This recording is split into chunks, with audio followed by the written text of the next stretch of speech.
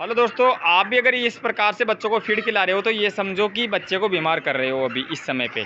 दोस्तों, मैं आपको सभी फार्म भाई को बताना चाहता हूँ कि आप अगर इस प्रकार से बच्चों को फीड खिलाना चाहते हो तो सही तरीका, सही समय फीड खिलाने का होता है शाम के 4, साढ़े 4, 5 बजे से लेके रात के 9 से 10 बजे तक।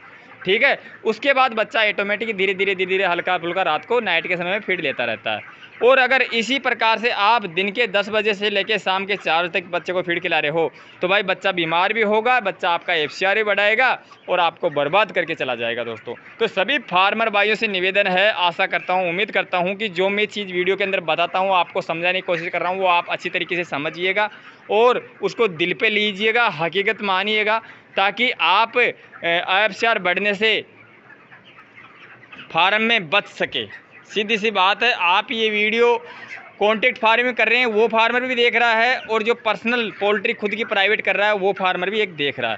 ठीक है ना। इसमें छोटे फार्मर भी देखते हैं, बड़े फार्मर भी देखते हैं, सीधी सी बात है। तो सभी फार्मरों से मैं यही बताना चाहता हूँ कि अगर आप इस प्रकार से बच्चों को फीड खिलाना चाह रहे हो ना दोस्तों, तो सही समय दोस्तों शाम के 4 से लेकर रात से 10 बजे तक, सुबह 4:30 5 बजे मॉर्निंग से लेके सुबह 8 से 9 बजे तक लास्ट।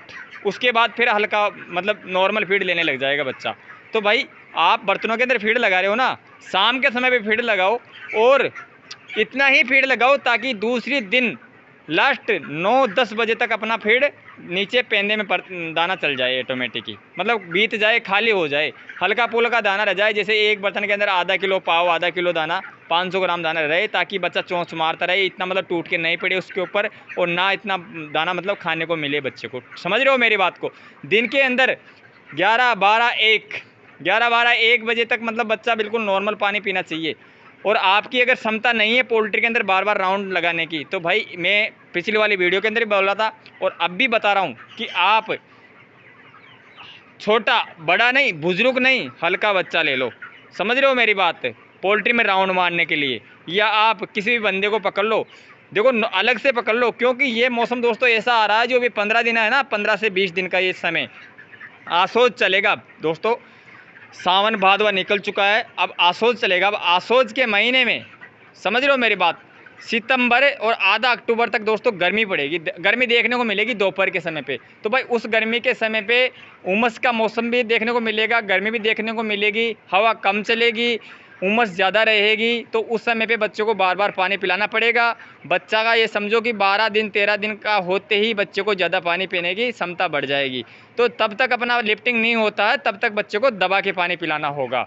पानी दोस्तों इस प्रकार से पिलाना होगा कि जितना बॉडी स्टेज में जाती है, बच्चे की पूरी बॉडी के अंदर हीट बढ़ जाती है ना, तो वो हीट कम करने का काम क्या करता है दोस्तों, पानी करता है। तो भाई आपको अच्छी तरीके से पानी पिलाना होगा बच्चों को, सीधी सी बात है दोस्तों। ये फीड खिलाने का तरीका भी मैं बता दिया आपको, अच्छी तरीके से पानी पिलाने का तरीका भी बता दिया आपको।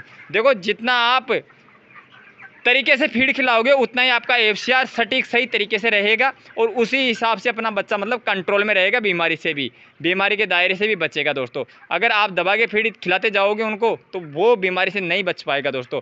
जितना ज़्यादा फीड खाएगा दोपहर के समय में, जितना ही लूज मोशन, कच्चा बीट, हरी बीट, पतली बीट ये निकालता जाएगा।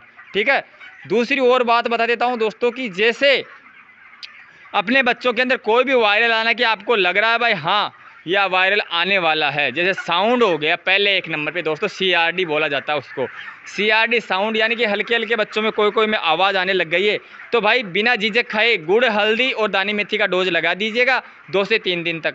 दबाव यानी कि रोकथाम हो जाएगा, नॉर्मल हो जाएगा। नॉर्मल होते ही दोस्तों 1 डोज या 2 डोज रेसिपीरोन और न्यूडोक्स का टिका दीजिएगा सिर्फ 2 दिन तक, दिन के समय के अंदर। समझ रहे हो मेरी बात। पानी के अंदर जितना मतलब दाना छोड़ दीजिएगा, दाना को हटा लीजिएगा। अगर दाना बर्तनों में भरा भी है तो 12 बजे के बाद बर्तनों को दाना ऊपर कर लीजिएगा, 4 बजे नीचा कर लीजिएगा बर्तनों को, और दबा के वो दवाई का पानी पिलाइएगा, आपका सीआरडी खत्म हो जाएगा।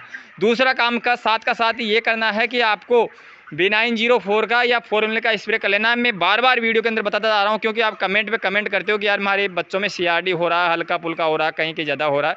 तो वो बीमारी तभी आपका कम होगा जब आप बार बार मतलब रोज़ पर डे सुबह मॉर्निंग के समय बच्चों पे स्प्रे करोगे हल्का। 5000 की पोल्ट्री में 500 ml से लेकर 600 ml तक, 500 ml वही अपनी पोल्ट्री के बाहर चारों तरफ राउंड मार के स्प्रे मारना होगा जाली के पार, जाली के मतलब जाली के पास में आर पार, ये समझो आप। समझ रहे हो मेरी बात। ये है दोस्तों 1 नंबर सेक रोटी। दूसरी बात ये है कि जो कोई पराया इंसान आता है तो उसको आने मत देना, रोक लगा देना। अगर अंदर आने चाहता है कोई निजी होता है तो उसको एक गमले में 500 ml फॉर्मलिन डाल के 2 लीटर या 5 लीटर पानी डाल के उसमें पाँव पूरे भीग जाना चाहिए, फिर अंदर प्रवेश करवा देना।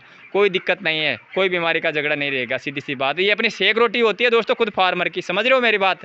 ये फार्मर का निजी काम होता है, छोटी छोटी बातें का ध्यान रखना होता है, तब जाके आप एक वायरल से बच सकते हो। समझ रहे हो। कई फार्मरों पे IBH की बीमारी आ जाती है। IBH का भी एक दोस्तों वायरल बहुत तगड़ा होता है, अपना IBD का होता है। IBD का भी एक वायरल बहुत तगड़ा हो जाता है दोस्तों। तो ऐसे कई तरह के वायरल होते हैं।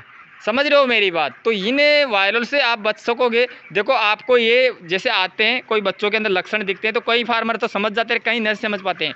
कई तो जिंदे के अंदर मतलब जिंदा बच्चा रहता है उनके अंदर समझ लेते हैं, और कई मॉडलिटी होने के बाद समझ जाते हैं, और कई नहीं समझते हैं, मॉडलिटी होने के बाद भी नहीं समझते हैं। समझ रहे हो मेरी बात को।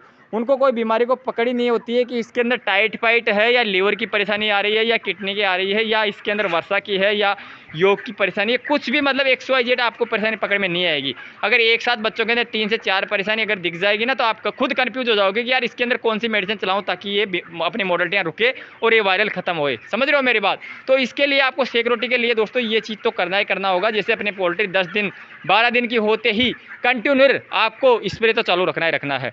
और फीड की बात बताई दिया मैं, पानी की बताई दिया, पानी किस हिसाब से देना है। और किसी भी भाई की अगर इकोलाई की परेशानी आ रही है दोस्तों तो नॉर्मल 2 लीटर पानी में 1 ml के हिसाब से अपना H2O2 चला दो बस पानी के अंदर दोस्तों।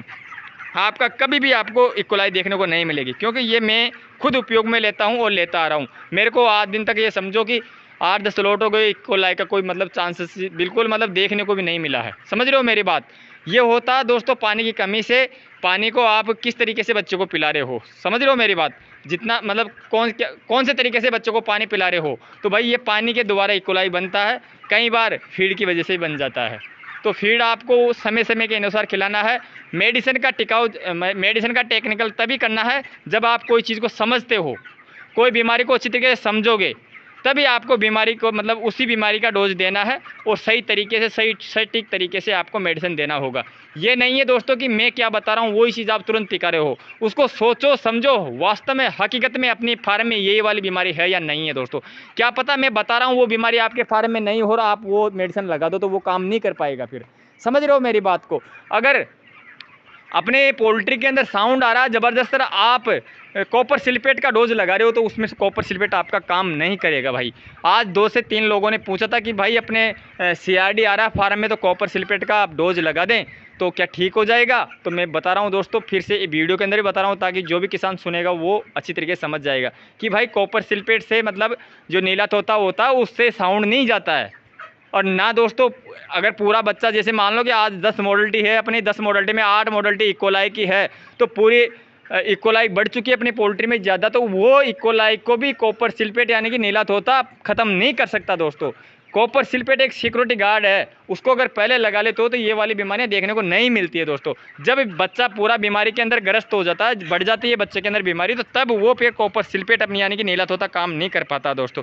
कॉपर सल्फेट एक अपने मतलब बीमारी की रखवाली करता है, बीमारी को मतलब आने नहीं देता है। तो भाई पहले जब बच्चा सुरक्षित रहा उस समय पर आप कॉपर सल्फेट दे सकते हो ताकि उसके अंदर कोई भी तरह का वायरल हो बैक्टीरिया हो वो नष्ट हो जाएगा। समझ रहे हो मेरी बात। अगर बैक्टीरिया 1%, 2%, 3% है तब तक तो मर जाएगा, और वो बैक्टीरिया अगर 10% में फैल जाता है तो फिर अपना नीला तोता कॉपर सल्फेट से नहीं मर पाता है।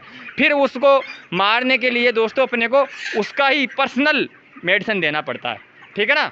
तो भाई जो भी कोई किसान भाई को अगर अपना ये वीडियो समझ में आया है, अच्छा लगा है, लाइक करना, ज़रूरतमंदों को शेयर कर देना। जो भी कोई किसान भाई अपने चैनल पर पहली बार अगर विजिट किया है भाई चैनल को सब्सक्राइब कर देना, बेल आइकन दबा देना ताकि मैं नई नई जानकारी दोस्तों उसकी नोटिफिकेशन आपके पास आती रहे। चलो मिलते हैं दोस्तों ऐसी ही नई जानकारी में, तब तक के लिए मेरे सभी किसान भाई को दिल से राम राम। जय हिंद, वंदे मातरम।